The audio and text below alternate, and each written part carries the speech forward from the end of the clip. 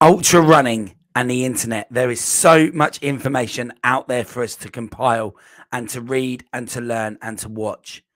And there's so many great tips. We should be a sponge. Just be a sponge, absorb and take that information in. Here are 12 top tips for ultra running.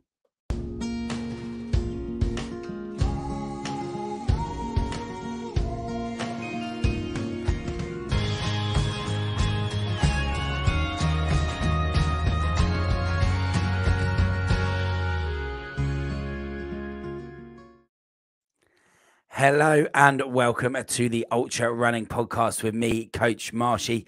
I hope you're all well. So on this week's episode, instead of bringing in a guest, what we're going to do is we're going to review sort of 12 of those tips that have been given to us over the episode so far. There's been some unbelievable interviews and some magical information that I think we should share over and over, because some of these tips that we're about to share with you, I think, are really important, and things that had I have known, or as a beginner to ultras had known, it would have been really good to implement those and apply those to not only my training, but also when it came down to that race day as well. So let's go through them. 12 top tips for ultra running. Oh, yeah. But what I always say about ultra running, I say there are three things you need for ultra running. And in order of importance, number one is the head. You have got to have the strength of mind to do it. If you haven't got that strength of mind, it's easy to drop out. So I can do lap courses, loop courses, I can do anything. I've got that strength of mind, determination to keep going no matter what. And I think that is something that you really must have. And that's why I think you find that it tends to, not always, but tends to be an older person's sport, because those people have got the life experience and the determination to prove that they can do it. Whereas when you're younger, it's probably easier to drop out and think, I can do it another day, because you can. Second most important is nutrition. If you don't get your nutrition and hydration right, your body won't allow you to carry on. So that's number two. And number three, surprisingly enough, in my view, way down the list is fitness.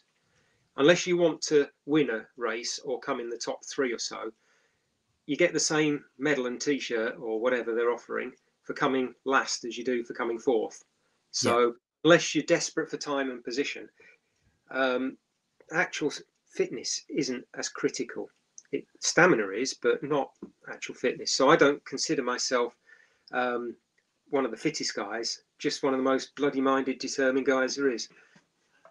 Yeah, love that. That's some really good points there, actually. And I like how you said that, like, in order of importance as well, because, you know, in the limited races that I've done, I would say that I completely agree with the first point. If you haven't got it, if it's not there in the mind and the head, you're not going to make it, are you? It's so easy to talk yourself out. You know, when I'm going around, I hear myself saying, do you know what?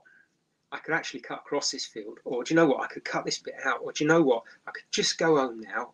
And there's a bigger voice that says, you ain't doing that. That's not you. But, you know, you go through these scenarios, the longer and deeper into a race you get, but you also get more determined that you're getting closer to that finish line, and you ain't giving that up for anything. Yeah, no, I think I do know that of you know, we're only a few episodes in really to the podcast itself, but what I do know is that some of the feedback we've had, we're looking at a lot of listeners here that are kind of starting their journey in this world. And, you know, I think to hear that information about those three important things that they need, that's going to be really helpful for people to hear. And I completely actually, you know, from my experience of coaching and running in the ultra world, I would say I completely agree with you. And I actually love your approach and attitude to that as well. So, yeah, no, really good that, Ryk. Thanks for that. Thanks for sharing that, because I think a lot of people don't really know where to start, but actually those 3 points alone is a good starting place. So, excellent. So then, Steve, why don't you just tell us what you would say your top kind of 3 tips are for someone who's looking to get into the ultra marathon world? What would you say? What would you say to people? I would say the first one is the speed you're going to run. Okay. It sounds cheesy and loads of people say it to me, but it's right. Is start slow and then go slower. without a shadow of a doubt, you know, you need to preserve energy. You're better to do the whole ultra in 11-minute miles than go out to 8-minute miles and then having to walk and do 15-minute miles. So definitely the speed. Walk up every hill, literally every incline. And I remember on the North Downs Way, after our mile, there was a small incline. I was running with somebody, and it was a sort of incline. If I was doing a run around my area, I would just go flying up it. It was hardly even a hill, and I stopped and walked up it, and I did that for the whole 100 miles. And yeah, it's one of the best tips I was given, is just walk every hill. And the most important, without a doubt, is the nutritional side of it. You're going to use up a lot of energy running an ultra distance. You need to put that back in your body. So even when you don't feel hungry, you need to eat. When you don't feel thirsty, you need to drink. Pardon me. And you need to train to do that. So on your long runs, train to eat. Yeah, absolutely. Yeah, train to eat. Work out what works for you. Sorry, I'm just losing my voice. Yeah, work out what works for you. Yeah, I think, you know, just to echo that, I think when I went into my first ultra, you know, I totally agree with the speed bit as well, but particularly on the nutrition. I'd read somewhere in a book, and you know, many people had said, "Oh, you're not going to feel hungry in that first 20 miles, but make sure you eat. Make sure you eat in that first 20 miles." And then what did I go and do? Didn't do it. Guess what happened? Suffered the rest of the time. So yeah, no, I think that nutrition point is awesome. Yeah, so carry on. Yeah. So yeah, the nutrition side, nutrition, walking, walking hills, and definitely the pace. Don't whatever you do, start off feeling good and going sort of 8-9 minute miles. Just take it steady. Unless you're one of the front runners realistically going to win, the challenge is finishing. That to me is the biggest achievement in ultra running. So just go there to finish. Don't go there trying to win. And you know, unless you are an incredible runner and you're one of those freak of natures that goes along and absolutely smashes it. What would you say your 3 tips are that you would give someone wanting to get into ultra running? I think it's important to do some research. I think you have to go into it with your eyes open. Whilst you learn things along the way, I think it's important to go in with the research of, you know, what other people have learned and stuff, and have an open mind to that. So you might think, you know a lot already, but it's so different to road running and to marathons, and it really is like the next step. So I'd fully recommend listening to things like this and people that have done them. And you know, not everything they say will necessarily work for you, but it's interesting and good to hear, so that you can at least trial and error. That's what your training's about. Trying things, trying all those different foods and seeing what works for you and what doesn't.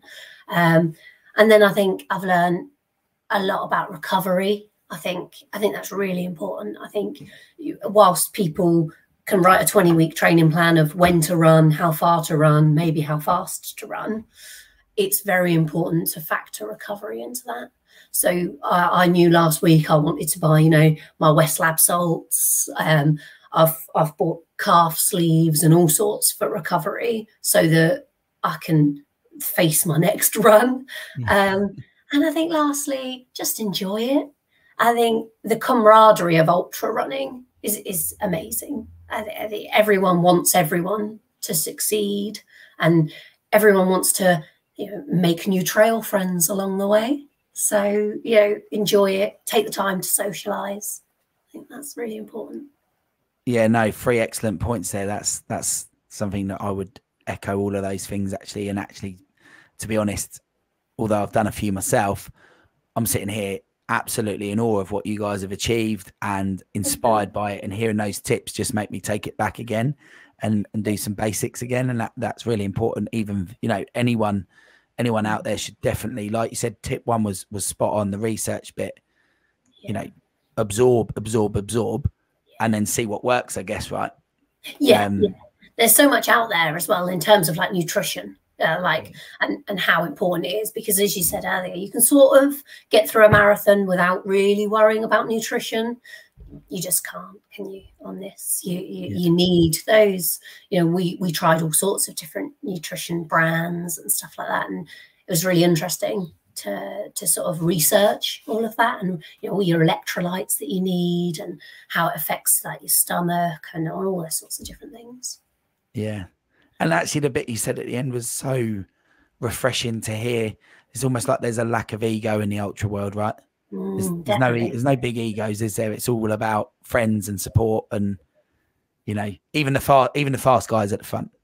Yeah, absolutely. I mean, there were some incredible times at Race to the Stones. I think the guy that came first did like 8.5 hours, which is just an incredible feat. But I bet he's still very down to earth and won it with grace, I'm sure. So I didn't obviously see him, but everyone's so great. It's lovely.